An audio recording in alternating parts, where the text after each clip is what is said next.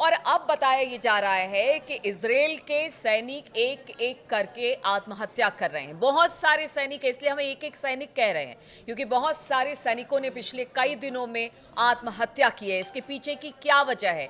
क्या युद्ध अब वो नहीं चाहते हैं? क्या थक चुके हैं? क्या वजह है इसके पीछे? बातचीत करने के लिए मयंक मेरे साथ है।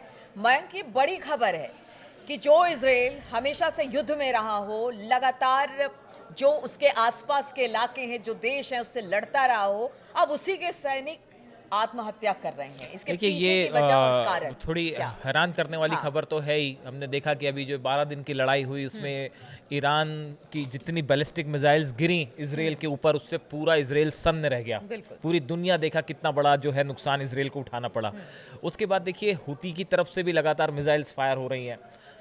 हिजबुल्लाह ने भी जो है हमले शुरू कर दिए हैं। अब एक बार फिर ये जो खबर गजा को लेकर आई है, बताया जा रहा है कि अभी देखिए जो लेटेस्ट खबर है, a soldier in the Nahal brigade committed suicide Monday at a base in northern Israel. अभी ये बताया जा रहा है कि नॉर्थ इसराइल में एक मिलिट्री बेस पर एक सोल्जर ने जो है वो खुद को गोली मारकर सुसाइड कर ली। और ये गौर करने की बात है कि ये 2 हफ्तों में ये दूसरा सुसाइड का केस सामने आया है। अगर हम 5 दिन पहले की बात करें तो एक इजरायली सोल्जर ने खुद को गोली मार ली थी। तेमन मिलिट्री बेस है सदर्न इसराइल में, दक्षिणी इसराइल में, वहाँ पे उसने खुद को गोली मारकर सुसाइड कर ली थी। और गौर करने वाली बात यह है कि इसमें ज़्यादातर वो इसराइल के सोल्जर्स हैं जो गजा से वापस लौटे हैं, अच्छा। गजा की लड़ाई में हिस्सा लेकर वापस लौटे हैं। इनमें ज्यादातर वो सोल्जर हैं जो सुसाइड कर रहे हैं। अब देखिए इसमें एक जो बड़ी वजह बताई जा रही है कि ये जो सोल्जर्स वहाँ से वापस आए हैं गजा से, यहाँ पे इन्होंने जो चीज़ें देखी, जैसा अलग अलग दावे हो रहे हैं कि इतने बड़े मास लेवल पे फिलिस्तीनियों पर अत्याचार हो रहा है गजा में, और छोटे छोटे बच्चों को जिस तरह से मारा जा रहा है, फूड शेल्टर्स मतलब खाने की लाइनों में लगे हुए बच्चों पर और महिलाओं पर फायरिंग हो रही है, इन सब ने एक बड़ा ट्राउमा क्रिएट कर दिया है इजरायली सोल्जर्स के दिमाग में। और कई तो बताया जा रहा है, कुछ कहानियां तो ऐसी भी हैं कि एक सोल्जर जो वहाँ से वापस आया था, उसने अपने पेरेंट्स माता पिता को बताया वापस आके कि भाई मुझे सपने आते हैं उन बच्चों के और वहाँ की महिलाओं के जो और वहाँ के लोगों के कि जो गाजा में मारे जा रहे हैं। यानी एक तरह से डिप्रेशन का ट्राउमा हाँ, है ट्रॉमा ये है, जो डिप्रेशन गजा है, में मतलब गजा में जो फिलिस्तीनियों पर अत्याचार हो रहा है, जो फिलिस्तीनी मारे जा रहे इनके हैं। मानसिक तौर से बिल्कुल 60,000 से ज्यादा लोगों की बिल्कुल। मौत हो चुकी है गजा में पिछले कुछ महीनों के अंदर।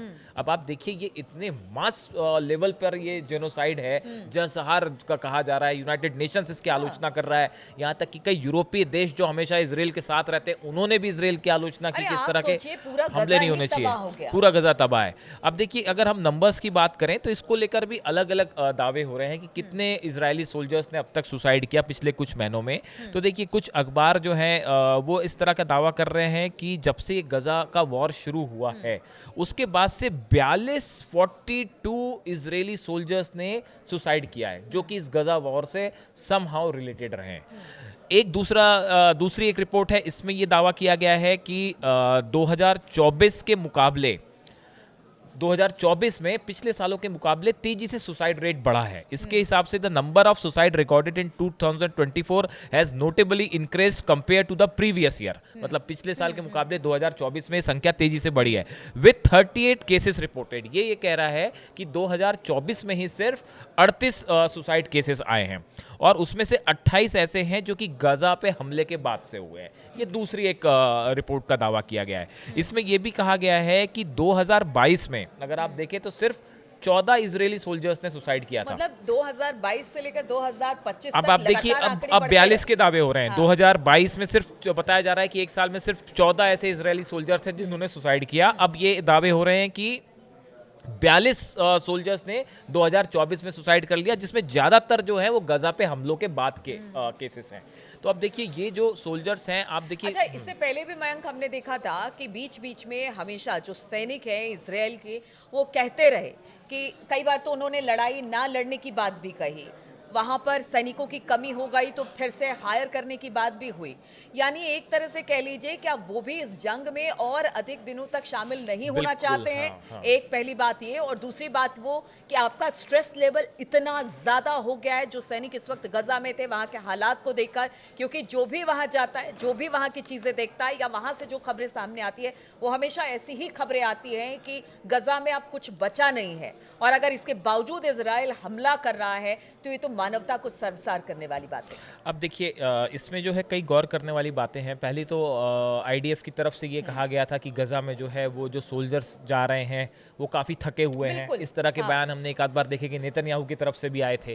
तो एक तो सोल्जर्स थके हुए हैं, दूसरा कई सोल्जर्स ऐसे हैं जो लगातार 300 दिन तक युद्ध पे रहे और उसके बाद वापस आए। गजा में भी जो है वो हमास और अल-कसाम उनकी जो ब्रिगेड है, हाँ, अल-कसाम लगातार ब्रिगेड की उनके तरफ से सामने चुनौती लगातार पेश कर बड़ी रही है। चुनौती मिल रही है। हाँ। आप देखिए फिर एक मरकावा टैंक जो है इजराइल का, उसको तबाह होने की खबर आ रही है। और अपने सामने अपने साथियों को मरता देखना, प्लस गजा में इस तरह से तबाही देखना, मतलब ये एक व्यक्ति- वीडियोस जो हैं वायरल भी होते हैं सोशल मीडिया हाँ। पे। जो हमले होते हैं गजा में इजरायली सैनिकों पर, ये वायरल भी होते हैं, इनको सोशल मीडिया पे शेयर भी किया जा रहा है। तो इससे भी एक इजरायली सेना के लिए ये एक डिप्रेशन और सेटबैक होता है। और आप देखें अभी फिर से एक खबर आई है कि इजराइल का एक मरकावा टैंक जो है वो तबाह कर दिया गया है, और वो कैसे तबाह किया अल-कसाम ब्रिगेड के लड़ाके ने, उसका वीडियो सामने आया है। हमने अभी थोड़े दिन पहले 3-4 दिन पहले ही हमने वीडियो बनाया था कि कैसे एक टैंक और 2 गाड़ियां जो थी उसको तबाह कर दिया गया था।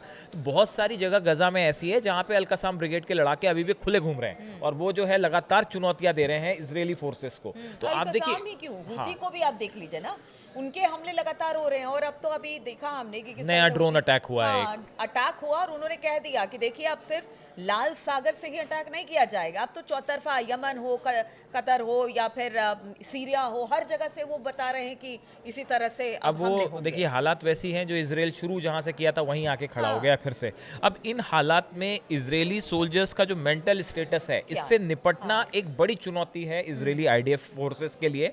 अब गजा में देखिए सीज फायर का आगे क्या होता है। हाँ। अभी भी सब कुछ हैंग्ड है, अभी भी कोई बिल्कुल, साफ चीज कुछ नहीं हो रही है कि नेतन्याहू उससे कितना सहमत हो रहे हैं, हमास ने कितनी अनुमति दे दी है। देखिए इस पूरे मामले के बीच में एक जो बंधक वाला मामला है वो जस का तस पड़ा हुआ है, कोई बात उनके ही बारे नहीं में तो करता कोई उसके बारे जानकारी में, नहीं मिल बिल्कुल। पा रही है। और दूसरे लेवल पे आप देखिए कि जो गजा के लोग हैं वो बेचारे बहुत ज़्यादा परेशान हैं, इसमें कोई शक नहीं है। जो तस्वीरें वहाँ से आ रही हैं, खाने के लिए खाना नहीं है, मेडिकल फैसिलिटी नहीं है, और लगातार हमले हो रहे हैं। बीच में तो ये भी बताया गया कि इजराइल के प्लेन जो ईरान जा रहे थे बम धमाका करने के लिए, वापस आने के दौरान उनके पास जो एम्यूनिशन बचे हुए बचा थे। हुआ था वो आते आते गजा में हाँ, गिरा देते बिल्कुल। हैं। मतलब इस लेवल की भी बातें हुई कि भाई ईरान से लौटते वक्त वो प्लेन आ रहा था तो उन्होंने सोचा भाई कुछ तो करना है बम का, चलो गजा पे गिरा देते हैं। वो गजा पे गिरा के वापस चले आए, ऐसी भी रिपोर्ट्स आई। तो गजा में जो फिलहाल हालात हैं वो बहुत ज़्यादा चिंताजनक है, और इस पे जल्दी ही इंटरनेशनल कम्युनिटी को कोई बड़ा स्टेप लेना होगा, वरना जो बचे हुए फिलिस्तीनी हैं उनकी भी हालत बहुत ज़्यादा खराब। बिल्कुल, तो इंतजार किस बात का है, बचे हुए जो फिलिस्तीनी हैं इस वक्त गजा में, उनकी हालत बहुत खराब है। और दूसरी तरफ अगर इजराइल के सैनिक गजा जा रहे हैं, वहाँ से लौट रहे हैं, तो एक बड़े ट्रॉमा, मेंटल ट्रॉमा का शिकार हो रहे हैं, जो कि उनके लिए भी अच्छा नहीं है, क्योंकि लगातार सुसाइड की खबरें आ रही हैं कि जो इजराइल के सैनिक हैं सुसाइड कर रहे हैं। अब ऐसे में सोचना होगा इंटरनेशनल कम्युनिटी को भी, साथ ही साथ इजराइल को भी सोचना होगा। और जिस ट्रंप शांति की बात करते थे, वो शांति तो फिलहाल तो दिखाई नहीं दे रही है। तो आप सोचिए कि सभी को इस वक्त दिक्कत है, जो वहाँ पर मारकाट मचा रहे हैं, यानी जो तबाही मचा रहे हैं, उनके लिए भी अच्छी खबर नहीं है।